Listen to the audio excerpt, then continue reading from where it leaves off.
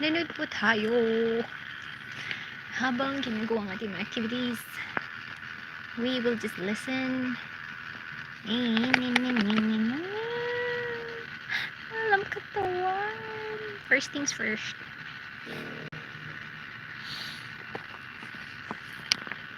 First Corinthians 6:19 to 20. Your bodies are temples of the Holy Spirit, who is in you. Therefore, honor God in your bodies. Love your body the Jesus way, as Jesus does. Thank you for our bodies, O God, and thank you for the Spirit of you that resides in us. Nawa Panginoon, kami po'y lalo niyong paliwanagan, turuan kung paano magiging tapat sa inyo sa pagmamahal at pag-aalaga sa aming mga katawan. Teach us, Father, how glorious this activity is and how glorifying to you that we take care of the temple of the Holy Spirit. Cleanse us, empower us, teach us. In the name of Jesus, your Son, our friend, our Lord, our Savior, we pray with thanksgiving. Laging sinasabing God is love. Jesus is love. But how and what does Jesus love? And how and what does Jesus teach us to love? At isa dyan ang ating katawan. Maraming spiritualities, maraming religious points of view, nagdidemonize sa katawan. Minamasama ang katawan, pinapabayaan ang katawan na parang kalaban ng kabanalan ng ating katawan. Subalit mahal ni Jesus ang katawan na ito. At ito'y nilikha ng Diyos Ama, ng Panginoon, kaya dapat mahalin. Mark 6:31. Subalit napakaraming taong dumarating at umalis at hindi na nga nila makuhang kumain. Kaya sinabi ni Jesus sa mga alagad, magpunta tayo sa mataong lugar upang makapagpahinga kayo ng kaunti. This is ministry. People were being delivered from demonic possession, from diseases, from debilitating illnesses. Ang mga tao ay pinapayuhan, nilalapatan ng kamay, pinapanalangin. Napakahalagang ministry. Pati pa nga kuminsan ang mga patay ay nabubuhay pa. Pero anong sabi ng Panginoong Jesus nung makita niya na pagod na ang kanyang mga alagad, gutom na, hindi na nakakapagpahinga ng sapat, at hindi nakakakain sa oras? Sabi niya, bitawan muna natin ang ating mga paglilingkod, bitawan muna natin ang ating mga ministries na ito, unahin muna nating magpahinga kayo. Siyempre, pahinga dahil pagod, hindi naman yung pagod na nakapahinga, tapos pahinga pa rin. You earn your 7th day of rest with 6 days of work. Pero hindi maganda na 7 days of work. Dapat may pahinga. Kaya sabi ni Jesus, iwan muna natin sila. Panginoon, kailangan nila tayo. Grabe ang pangangailangan. Oo nga, pero kailangan nyo ring magpahinga. Itong napaka-iksi at napakasimpleng kwentong ito ay isang bintana na kakadungawan natin sa isang mas malaking mundo ng katotohanan kung paano mahal ni Jesus ang ating mga katawan. Jesus loves your body. So do the same. Unang-una na nakita natin sa maiksing episode na yan, Jesus wants you fed. Siyempre, kung paano niya minahal yung mga alagad, ganoon din ang pagmamahal sa ating mga anak. Ngayon, Matthew 15:32, tinawag ni Jesus ang kanyang mga alagad at sinabi sa kanila, nahahabag ako sa mga taong ito. 3 araw na ngayong kasama natin sila at wala na silang pagkain. Ayokong paalisin sila ng gutom, baka sila mahilo sa daan. Can you imagine how thoughtful Jesus is? Na hindi lang yung spiritual feeding ang inaasikaso niya, pati yung physical feeding of the people. Napakatagal na nakikinig sa kanyang mga turo, ayaw umalis sa mga tao, ayaw mag-uwian, hanggang mga kanya-kanyang baon nila naubos na, wala pa rin tumitinag, gusto pa rin makinig, gusto pa rin mapakain sila spiritually, pero ang inatupag naman ni Jesus ngayon at inasikaso, yung sasabihin natin mas earthly na pangangailangan, the needs of the stomach. Sabi niya, hindi natin sila papaalisin, makaabutan ng hilo sa daan, mga himatay pa yan, kailangan gawa ng paraan, pakainin sila. So Jesus wants you fed, and Jesus wants you fed on time. Matthew 14:15-16. Nang dapit hapon ay lumapit sa kanya mga alagad, sinabi nila, malapit na pong lumubog ang araw at liblib ang lugar na ito. Papuntahin na po ninyo sa mga kalapit na nayon ng mga tao upang makabili ng kanilang makakain. Yung mga disciples, gusto na nilang dispatchahin yung mga tao, kanya-kanya na lang kayo solusyon, gumawa kayo ng paraan, nagugutom kayo. Hindi na sila kailangang umalis, sabi ni Jesus. Bigyan nyo sila ng makakain. So while the disciples wanted out of the responsibility of having to feed them, Jesus said, no, nobody leaves, pakainin sila. John 21:9-12-13. Pagkaahon nila sa pampang ng mga disipulo na nangisda, nakakita sila roon ng isdang inihaw sa nagbabagang uling at ilang tinapay. Halika kayo at magagahan kayo, sabi ni Jesus. Lumapit si Jesus, kinuhangin ang kanyang ginawa sa isda. Ito ay matapos ang Panginoon ay bumangon na wala sa kamatayan. You would think that he would be very, very focused on heavenly issues, highly, purely spiritual matter. At yung kanyang mga disipulo naman, kung ano man ang dahilan ng isda ulit, dahil wala si Jesus, hindi nila kapiling, either they were going back their old trade or out of necessity, they had to fish. Pero pag-ahon nila, pagdating nila sa pampang, merong mainit pa na barbecue, inihaw na isda. Si Jesus ang nag-ihaw. How sweet. Inisip niya na kailangan nila magagahan, kaya handa na ang pagkain.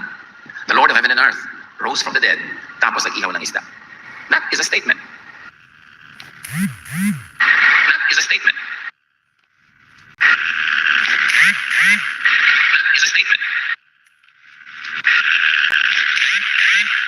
That is a statement. Ay! Mali! Dapat nating makita kung gaano minamahal ni Jesus ang ating katawan, kaya dapat din mahalin natin ang ating katawan. Sa pamamagitan ng pagpapakain sa tamang oras, ng tamang pagkain. Kung minsan ay sobra tayong nalilibang sa ating trabaho, sa ating ginagawa, o sa ating kung ano-ano man, tapos ginugutom natin yung katawan, hindi yun God glorifying. Yung sobrang paglidyeta na wala nang katarungan, nagdusa na yung katawan, hindi rin magandang gawin yan, lalo't hindi under proper medical advice. Maraming dahil sa pagpapabaya sa kanilang pagkain at inumin ay nahihimatay o namamatay o nagkakaroon ng mga serious damages sa katawan. Bihirang isipin natin na ang katawan ay isang banal na bagay sapagkat ito ay nilikha ng Diyos at ito ay tinitirhan ng Espiritu niya. Matthew 12:1, isang araw ng pamamahinga, dumaan si Jesus sa triguhan o taniman ng trigo. Nagugutom ang kanyang mga alagad noon kaya sila'y kumuha ng mga butil ng trigo at kumain yon. In-emphasize, Sabbath day. So, hindi sila pwedeng mag-ani, hindi sila pwedeng pumitas kahit anumang butil, pero dahil nagugutom sila, ay pumitas sila at hindi sila sinaway ni Jesus. Kasi nagugutom sila, dapat silang kumain kahit Sabbath. Hindi siyempre papayag ang mga spiritual leaders, ang mga religious leaders of Israel, sa ganun, sa kanila mahalaga yung Sabbath. Magutom ka na kung magugutom, Sabbath na yun. Pero hindi. Pinayagan sila ni Jesus. Sabi niya, Sabbath was made for man, not man for the Sabbath.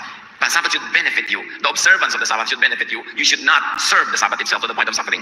So Jesus wants you fed also in time. Not only on time, but also in time. Yung swak sa pangangailangan, yung parang tiyempong-tiyempo, kung anong pangangailangan. Kaya nung ang isang batang namatay na, matapos ang maraming araw ng pagkakasakit, therefore hindi nakakain yun, walang gana, hindi makadigest, binuhay ni Jesus. Pagkabuhay ng bata, matapos ang isang grand, earth-shaking miracle, Mark 5:43, iniutos niyang bigyan ng makakain ang bata.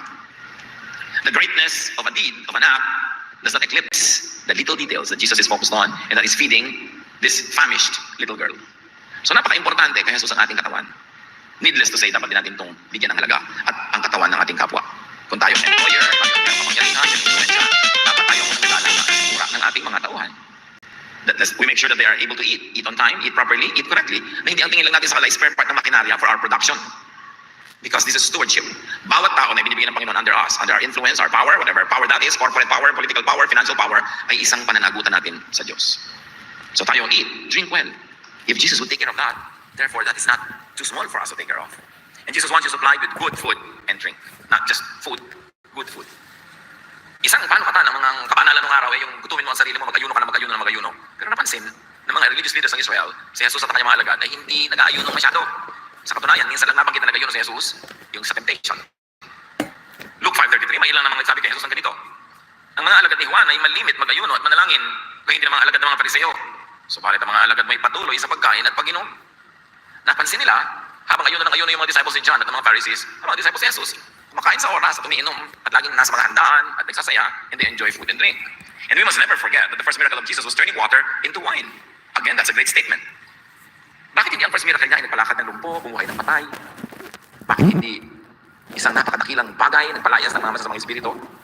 Tubig, ginawang alak. Yun lang, paghihimalaan pa. But it's a statement. Sa hirap ng buhay ng mga tao ng araw, bihirang-bihira silang makakain ng masarap na pagkain at makainom ng masarap na alak. Kasi 99% ng mga tao noon, mga dukha.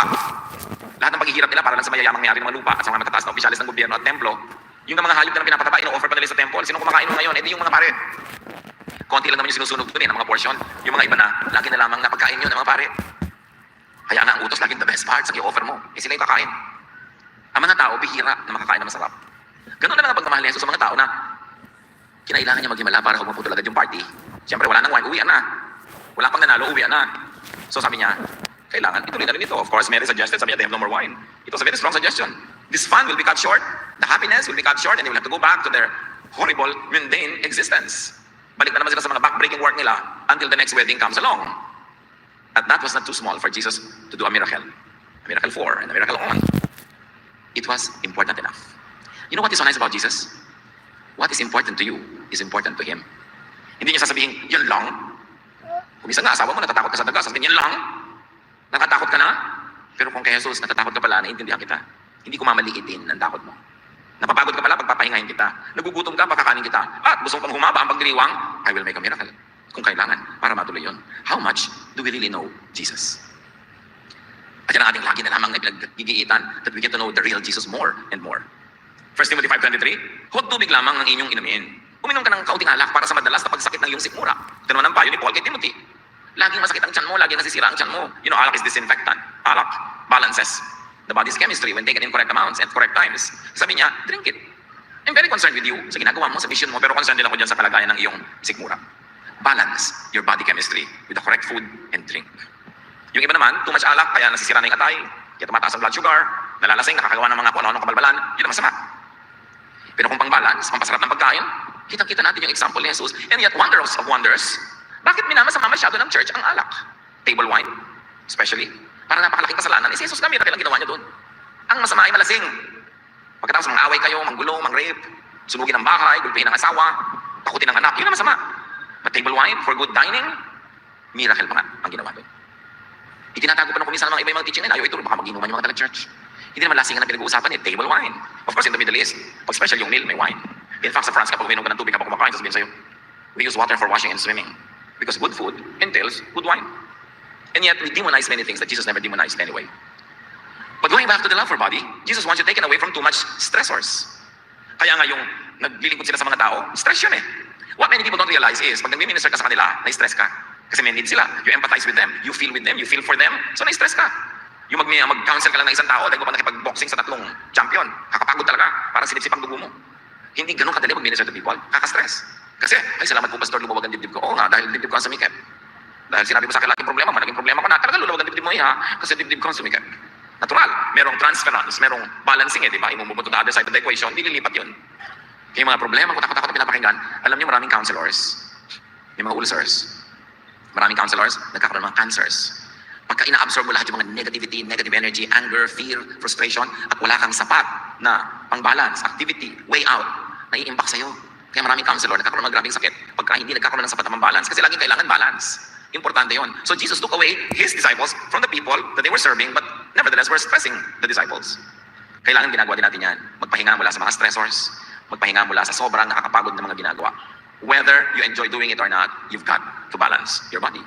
Mark 2:27, sinabi ni Jesus, itinakda ang araw ng pamamahinga para sa tao, hindi nilikha ang tao para sa araw ng pamamahinga. So hindi nyo boss yung Sabat, servant nyo yun. Use it as you like it. And if you choose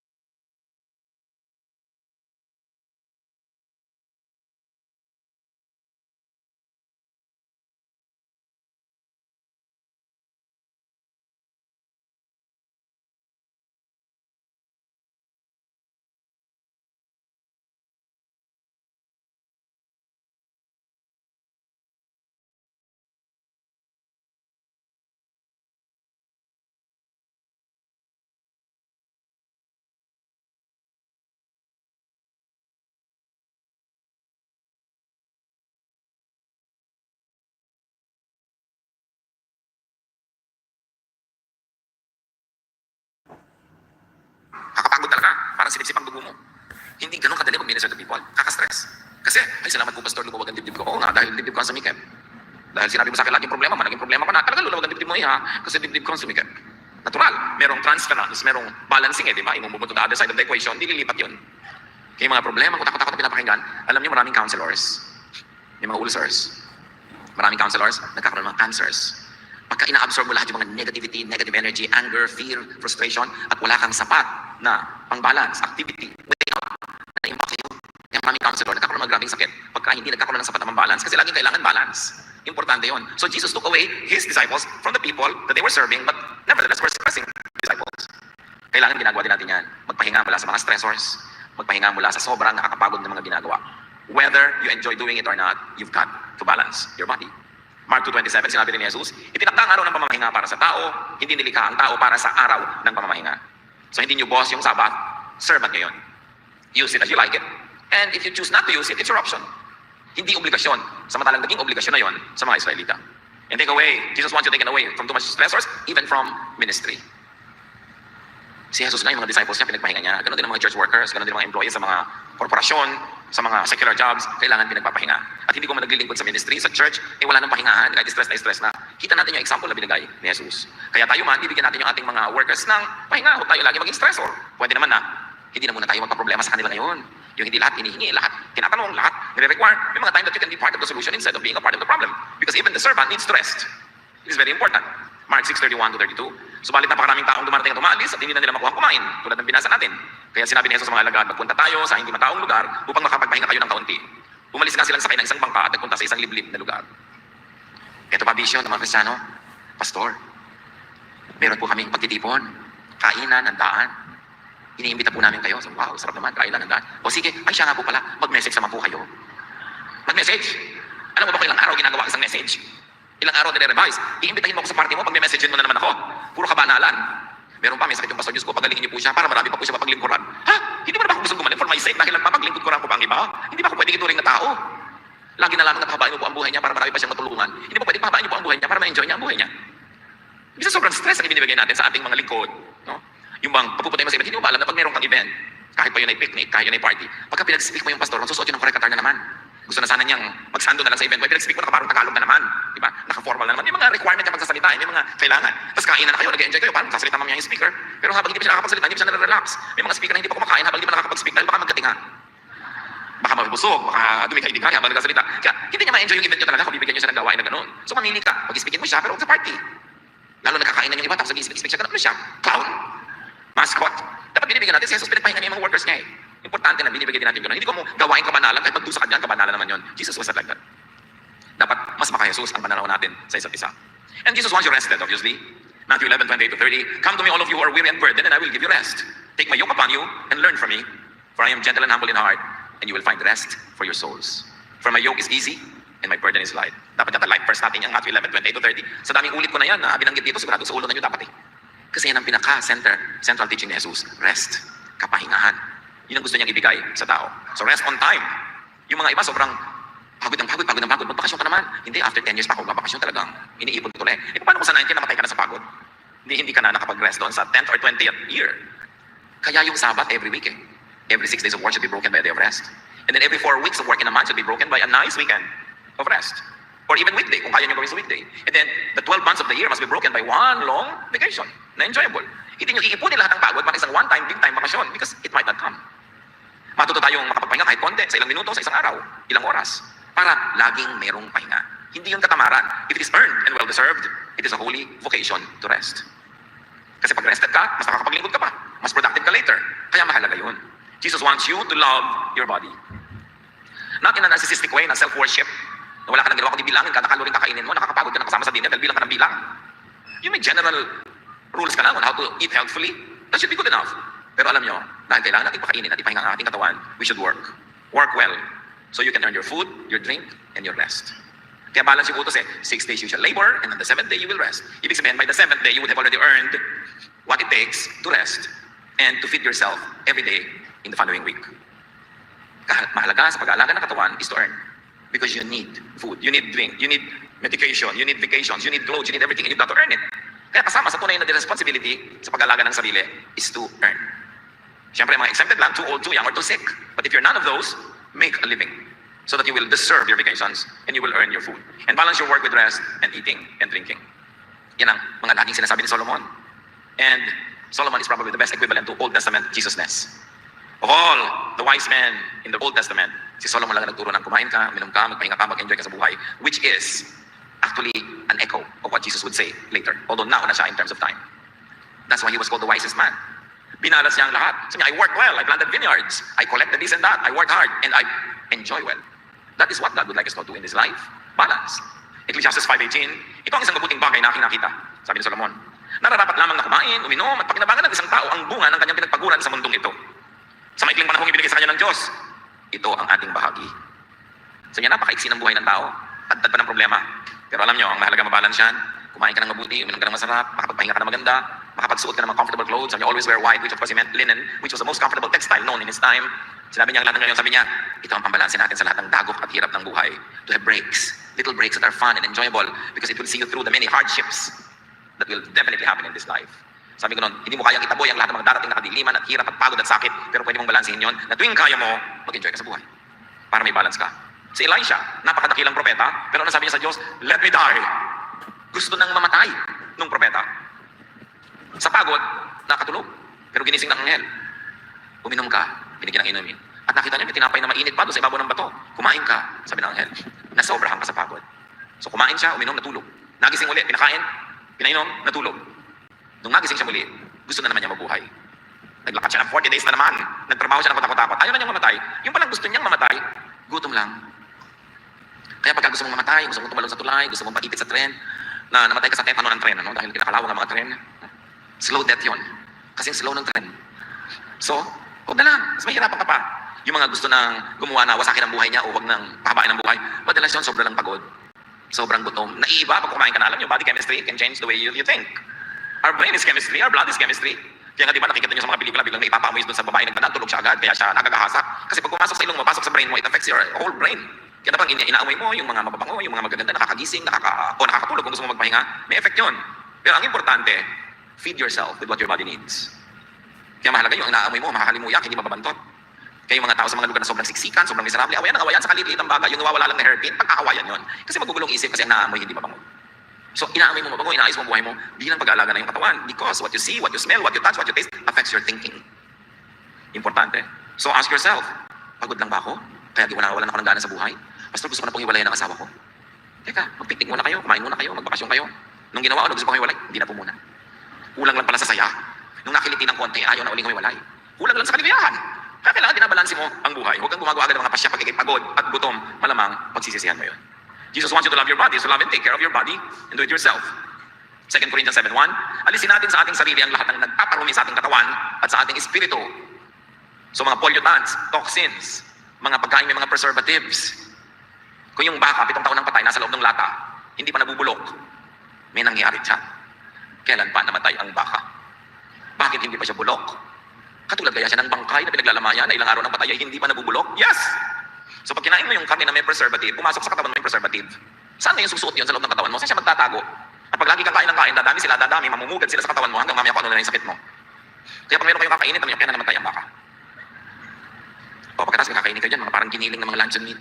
Kaninong karne to? Dahil hindi mo na alam, durug-durug na yan eh. Di ba? Siyempre hindi yan prime cut. Yung mga prime cut, binibenta yun as prime cut. So ito kaya yung mga pulani. Ito kaya yung mga nunal ng baboy. Ito kaya yung mga kalyo. Ano kaya ito mo dinurog mo? Tsaka, baboy nga ba talaga to? Ano kaya ito? Magduda kayo sa mga kinakain nyo ng mga giniling.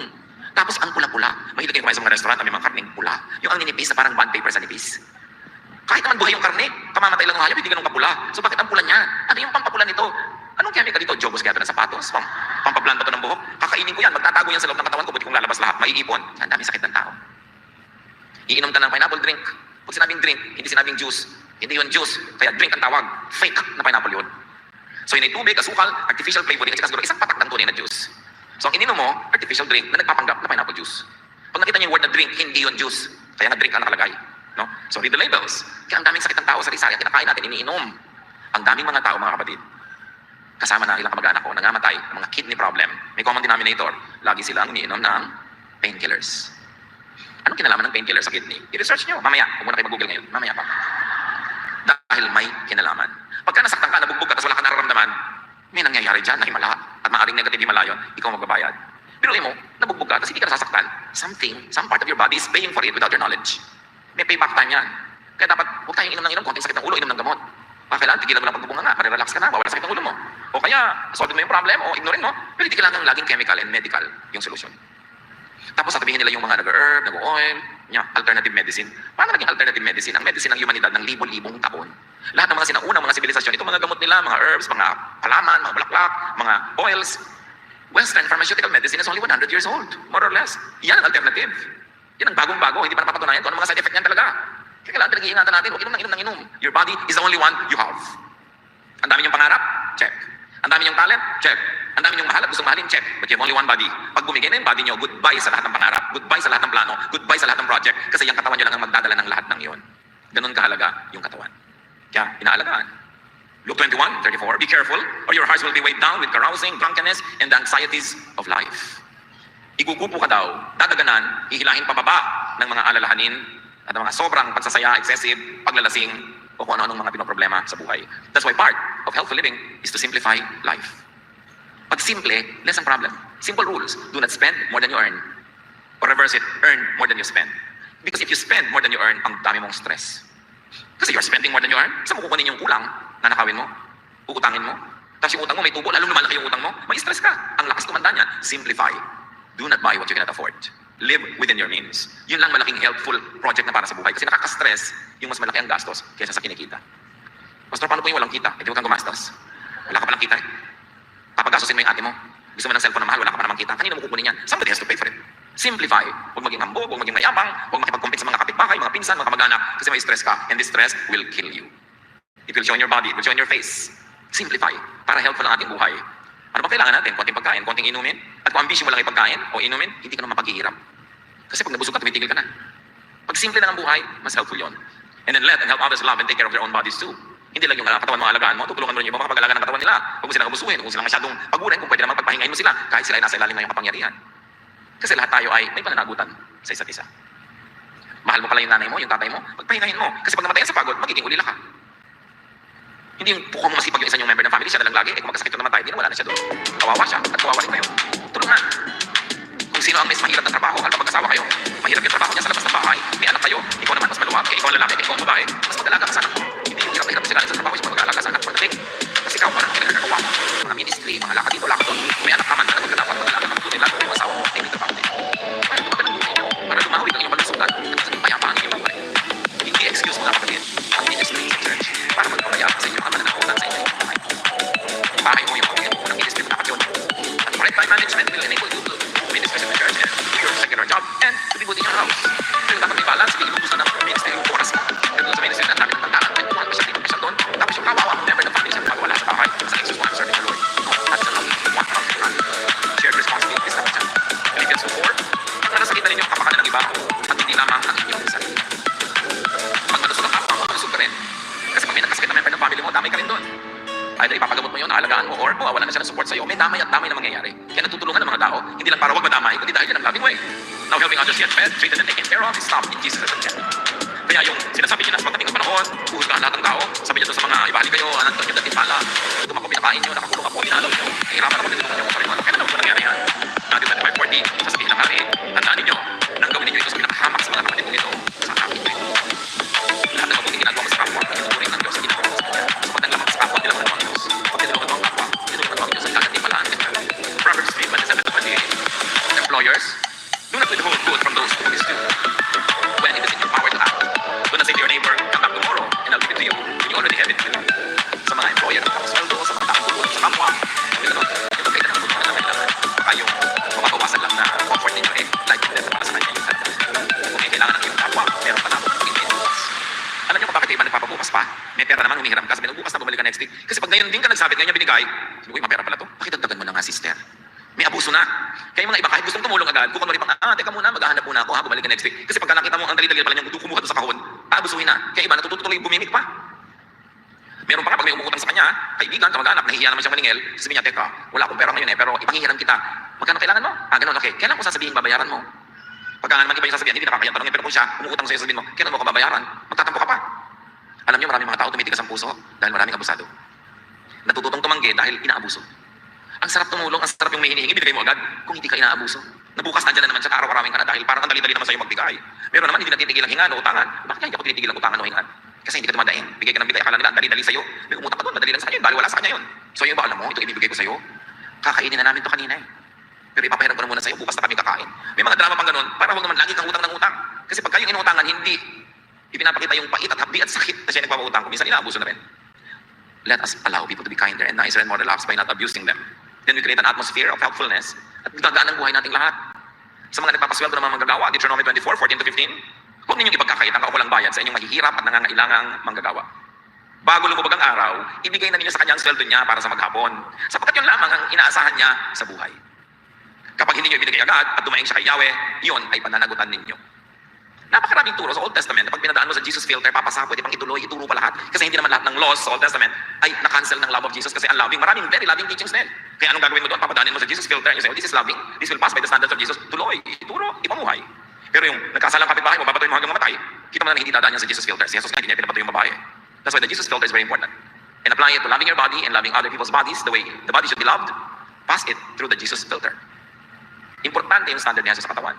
Maraming churches, mas mahigpit pa kay Jesus. Kaya, babalik ka kay Jesus. Ano masasabihin ni Jesus pag ganyan? Ano ipapagawa niya? Mahalin ang katawan. As we have said, it's the only one you have. Huwag masamain, huwag i-demonize ang katawan. Diyos ang mailikha niyan.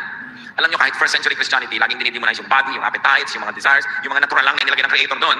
Kasi nung first century, very prevalent ang Greek thought in that part of the world. The Greek thought that promoted hatred for the body, for the physical, and glorification only of the spiritual. But that was not a Jesus teaching. It influenced the Christian church.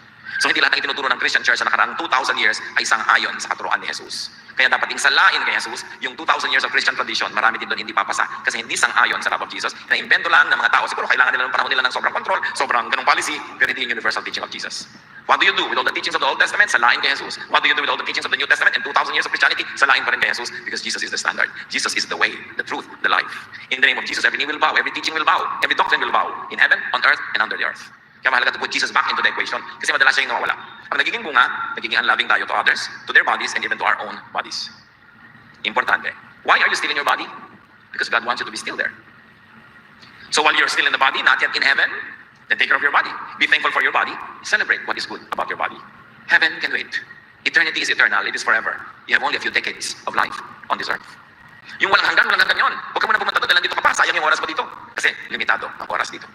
May itinakda ang Panginoon na panahon at sa panahon na yun may mga dapat maganap. Hindi yun magaganap kung tayo namamatay sa gutom, hindi yun magaganap kung tayo ay laging nagpapabaya sa sarili o may sakit o kaya ay puro stress. We've got to set ourselves free from those complexities, live simple lives that are affordable so we can focus on what yet is to be focused on in life. Enjoy life because it's a gift from God. It is not a problem to be solved. It is a gift to be enjoyed. And it is part of the divine will. Kung ayaw ng Lord na meron tayong lupang katawan, dapat tayo binigyan. Kung ayaw niya na nabubuhay tayo dito, dapat kunin na tayong lahat. You have a mission. You have a purpose for being here. Do that well. But for you to do that well, you've got to take care of that body. Because it's the only house of the Spirit. It is the only base from which all your dreams can come home and rest and develop and grow. Take care of that body. It is a holy vocation to do so. Dear Lord, thank you for our bodies. And Lord Jesus, thank you that you love our bodies. As can be seen in the many stories in the Bible. Turuan mo kami na alisin sa isip namin yung Greek hatred for what is physical. But allow us, Lord, to have a balanced look at our bodies because you created this. At nawa sa aming pag-aalaga sa aming katawan, huwag naming maabuso ng pag-agawan ng iba. Kundi alagaan din namin sila. At sa pag-aalagaan namin sa isa't isa, matamasa namin ang buhay na ninanais mo para sa amin. Lalo sa mga pamilya, sa mga magkakaibigan, magkakasama sa trabaho, na buhol-buhol, magkakahalo ang buhay. Pagbulay-bulay natin ang mga ito mga kapatid. Madalas, nakapabayaan natin yung physical aspect of our spirituality. Puro iniisip lang natin yung walang hanggan, yung espiritu. But our body is part of our personhood. It is from God. It is a holy temple. And it is God's gift for us to enjoy physical life. Lord, teach us. Sa bawat isang narito ngayon, bigyan niyo kami ng very personal understanding and application para maitimay ang buhay namin. Spend some quiet time with the Lord. Ponder how to love your body more and how to love other people's bodies correctly.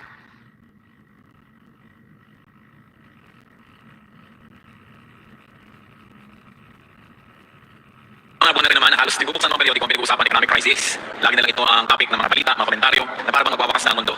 People's concern revolve around survival, financial security, and people are thinking of retirement funds, savings, etc. Ano ba ang pwede natin matutunan mula kay Solomon tungkol sa financial security? Ang salita po ng Diyos, ang Biblia ay marami at malawak ang mga tinatalakay ng mga topics tungkol sa pamumuhay sa mundong ito. Solomon's 3 steps to financial security. Ito ang ating pagbulay-bulayan at nawa kapag-iwanagin ng Diyos ang mga bagay na ito sa ating isip. Aming Ama sa Langit, salamat sa pagkat kayo Diyos ang umukop, nagmamahal, nagpapatawad, nagpapagaling, nagbibigay na aming mga kailangan. Sa paglapit namin sa iyo, Panginoon, hinihiling namin ang iyong pagpapala. Patawarin niyo po kami sa mga kasalanan namin. Hugasan niyo po ang aming mga karumihan. At ang dalangin namin, punuin niyo ang aming isip, ang aming puso, ng inyong espiritu, ng inyong karunungan. Mangaral po kayo sa amin, Panginoon, at bigyan niyo kami nakakayang unawain ang hiwaga ng inyong salita. May your words be the balm that can heal our wounds. May your words be the light that will guide our path. And may your words be the strength of our heart. Teach us, Father. We seek you in the name of Jesus, your Son, our Lord. Solomon's 3 steps to financial security. Bakit naman si Solomon ang gusto natin ngayong tanungin sa mga bagay na ito? Sapagkat sinasabi po sa Biblia na si Solomon ay pinagkalooban ng Diyos ng pinakamataas na uri ng karunungan. Na siya magiging hari ay pinapili siya ng Diyos kung anong pwede niyang hilingin mula sa Diyos at ipagkakaloob. At ang hiningi niya, ipayong karunungan, wisdom. At sumagot sa kanya ang Panginoon. 2 Chronicles 1:12, God was speaking to Solomon. Therefore wisdom and knowledge will be given to you. And I will also give you wealth, riches, and honor, such as no king who was before you ever had, and none after you will have. So walang hari na uupo sa trono na magiging higit ang karunungan, kayamanan, karangalan kaysa kay Solomon. Kaya marapat na siya itinggin. At ito pong libro ng Ecclesiastes sa Bible ay siyang pinagsama-samang karunungan ni Solomon na ating nakikinabangan. Solomonic wisdom in issues that confront even our daily lives sa panahon na ito. Ecclesiastes 11:1-6. Cast your bread upon the waters, for after many days you will find it again. Give portions to 7, yes, to 8, for you do not know what disaster may come upon the land. If clouds are full of water, they pour rain upon the earth. When a tree falls to the south or to the north, in the place where it falls, there it will lie. Whoever watches the wind will not plant. Whoever looks at the clouds will not reap. As you do not know the path of the wind, or how the body is formed in a mother's womb, so you can understand the work of God, the maker of all things. Sow your seeds in the morning, and at evening let not your hands be idle, for you do not know which will succeed, whether this or that, or whether both will do equally well. Mga salita na puno-puno ng karunungan, sinasabi, sa mga matalinghagang paraan ang maraming mga bagay. At ngayon po isa-isa natin himayin ang mga salitang yan. We're going to review what we have just read. Ecclesiastes 11:4 says, whoever watches the wind will not plant. Whoever looks at the clouds will not reap. Yung daw tao na natakutin, walang ginawa kundi bantayan ang direksyon ng hangin, bubugso ba, lumalakas ba, umiihip ba, magkakabagyo ba, kung sino man ang laging inaantay ang itsura ng mga ulap, may ulap pa, hindi uulan, o marami pang ulap, baka bumaha, yung daw tao na gano'n na laging nag-aalala, kahit kailan. So what is the first step of Solomonic wisdom? To profit, to productivity and fruitfulness. In enterprise, don't worry about what you cannot control. Don't worry about the weather. It is not in your hands. But plant when you're supposed to plant, and then do your best, pray for the best, and then cope with whatever happens. Solomon, in effect, is telling us to plant and invest anyway, in spite of the unknown, in spite of what many people call bad times. Able sailors can benefit even from strong winds. Pag magagaling ng mga tripulante, ang mga kapitan ng mga barko, kahit bagyo, ay nagiging kaibigan nila sa kanilang pagdaragat. Able sailors can turn strong winds into friends. Therefore, good business people can turn even difficult times into opportunities. Why? Because people have to live. Life has to go on. Business must continue to happen. You just have to adjust. You just have to read the needs of the times and make the necessary adjustments. Pag lagi kang matakotin, if you're playing too safe, you will never invest. You will never get into business. You will never do anything. You will never plan. Therefore, you will never harvest. So do not worry about the unknown or the unknowable because God knows. Alam naman ng Diyos yung hindi natin alam. Ang mahalaga, makipagkaibigan ka sa Diyos. Pakinggan mo ang Diyos. And do what you must. And the Bible tells us how. So that we may receive God's favor. Ecclesiastes 11:5, as you do not know the path of the wind, or how the body is formed in a mother's womb, so you cannot understand the work of God, the maker of all things. So God knows, God does His part, just do yours. Siyempre ngayon, nalalaman natin science kung paano nabubuo yung bata kasi napupunan. But during the time when these were being written, it was a mystery. And it is a metaphor, which tells us na marami pa tayong hindi alam. Pero kahit hindi natin alam at hindi natin nauunawa, tuloy pa rin ang buhay. Tuloy pa rin ang mga tao sa pamumuhay, magkakaroon pa rin ang hanap buhay, ano pa man ang mangyari. Hindi ka dapat natakot at hindi ka dapat mapigil ng takot para maging mabunga sa iyong mga ginagawa. Ecclesiastes 11:6 talks about another way to be financially prosperous and even secure. So we receive in the morning, and at evening let not your hands be idle, for you do not know which will succeed, whether this or that, or whether both will do equally well. Ano po ang mahigpit ay tinuturo? Magtanim ka daw, maghasik sa umaga, at sa hapon hanggang gumabi, kung tapos ka na sa iyong pagtatanim, maghanap ka pa ng ibang maitatanim, ibang magagawa, kasi hindi mo alam kung alin sa mga projects mo ang magtatagumpay. Hindi mo alam kung alin sa itinanim mo ang tutubo, kaya dapat kontento may itinanim ka na dyan, magtanim ka pa dito, magtanim ka pa doon. Hindi mo alam kung anong klaseng panahon o weather ang iiral. At alam niyo naman, may mga halaman na pag tumami ang tubig, lumalago sila, halimbawa kangkong. May mga halaman naman na pag walang tubig, mas magaganda ang kanilang mga anihin, tulad ng pakwan, tulad ng mga milon, mas matamis pag walang ulan. So magtanim ka pareho, umulan naman o hindi, may maaani ka, amang na bagay na kasalala yung buong buhay mo. At hindi sapat na nagtrabaho ka na sa umaga, tapos sa hapon, magbibinggo ka na, tututong na, bisa makakakita ka ng mga driver, natutulog ka sa mga ilalim ng puno, ayaw na tumanggap ng pasahero kasi nakaboundary na. E paano kung pag-uwi mo, nagulog sa bintana yung asawa, kailangan mo i-prepare yung ulo niya. Kaya pinit wala pang boundary, wala kang extra. You don't know what the day may bring forth. You should not be easily happy with some income. Keep making income. Kailangan na nagsisikap ang tao, hindi ko kumita na ng konti, maglalakwat siya na. Sabi, so you're sitting in the morning, and in the evening, let not your hands be idle. Marami ka dapat ginagawa. So second step, keep working on different services. Keep planting different crops. Keep producing different products. Hindi mo alam kung ano makiklik eh. Nakapwesto ka, kung alin man doon ang pagkalain, handa ka. Diversify, in other words. But not too much and not without due study. But position yourself to earn. Position yourself to harvest and to profit more. Hindi masama na paramihin yan. Tinapong hindi man ito materialistic. Magkano buhay ka pa rin, may kung kita sa pamilya mo, gusto mo, sa mga kawawa at mga kapuspalan at mga hindi makapagtrabaho. Pero hindi mo sabihin, wala naman masyadong ambisyon, simpleng buhay lang, tama na sa akin. You are so proportional. How long have you been measuring yourself like this? Every day for 10 years. Even when you were pregnant? There's not enough daiquiris in the world.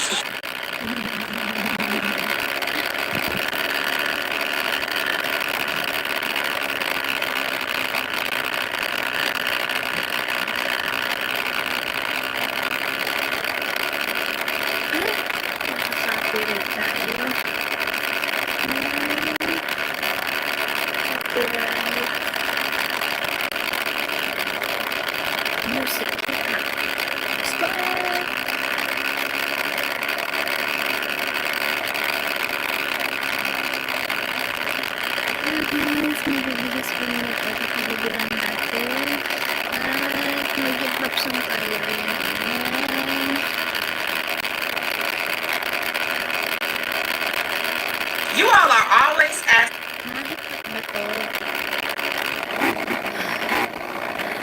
Parang mali yung algorithm natin.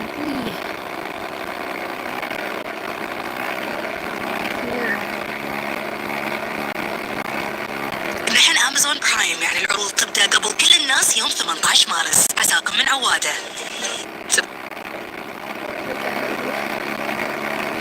Be so for real, last year was kind of a lot for me. I was just feeling kind of like burned out and stuck. At some points, I struggled to see things getting better. So I made a hard decision to take a step back from some things and to just really work on my mental health. And a huge part of that for me has been therapy. At first, the idea of adding something into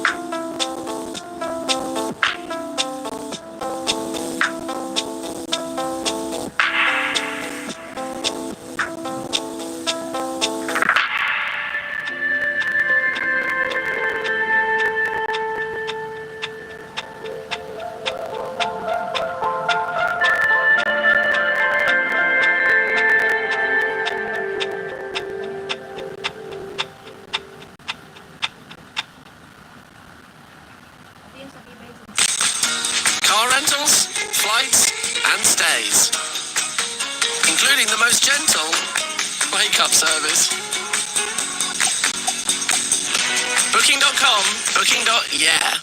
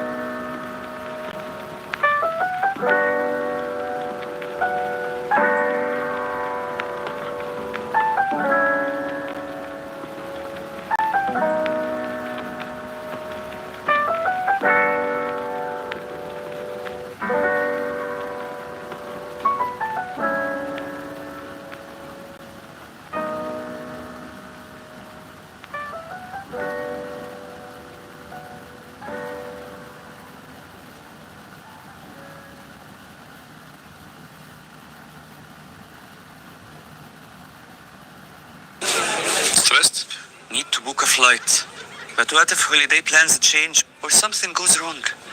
Book your flight on Make My Trip with zero cancellation charges. 24/7 customer support. And the lowest prices too. For worry-free flight booking and lowest prices. Let's make my trip.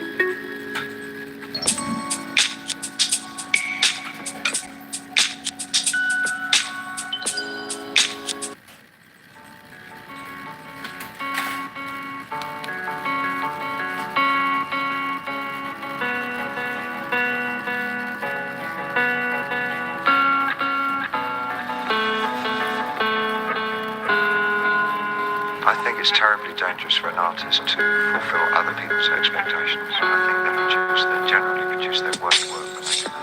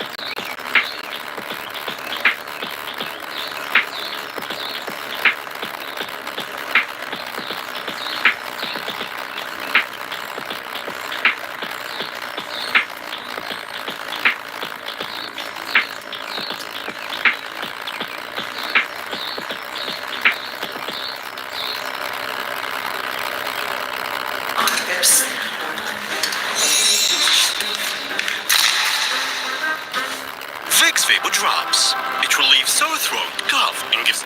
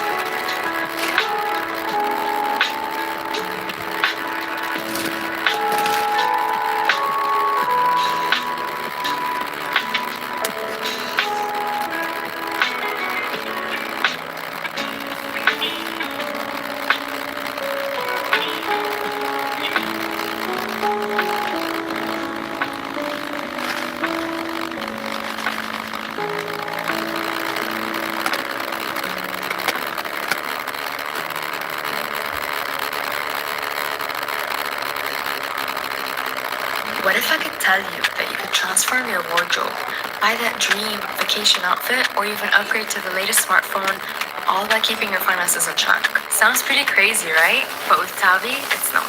Tavi lets me shop without worrying about the full upfront cost. Recently, I really needed a wardrobe update and a new phone for my trip. With Tavi, I could get everything I wanted without straining my budget.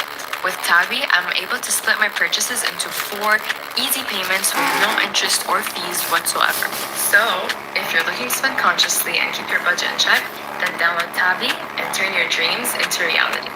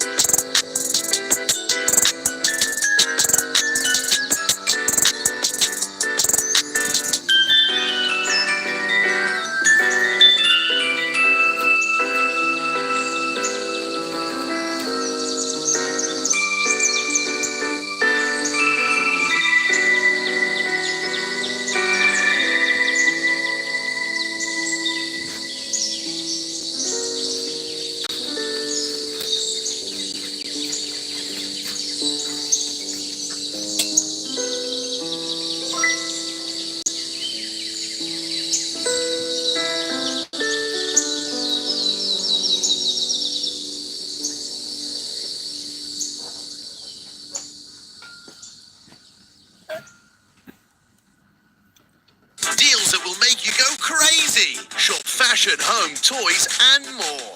Visit your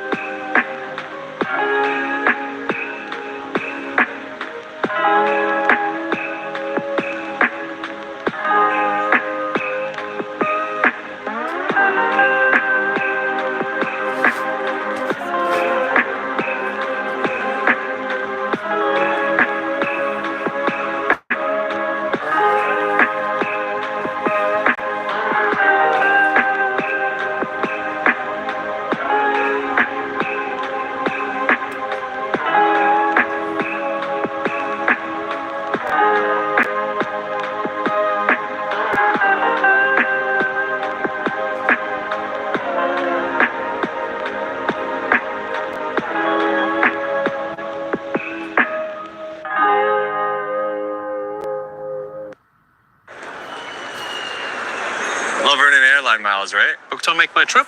No.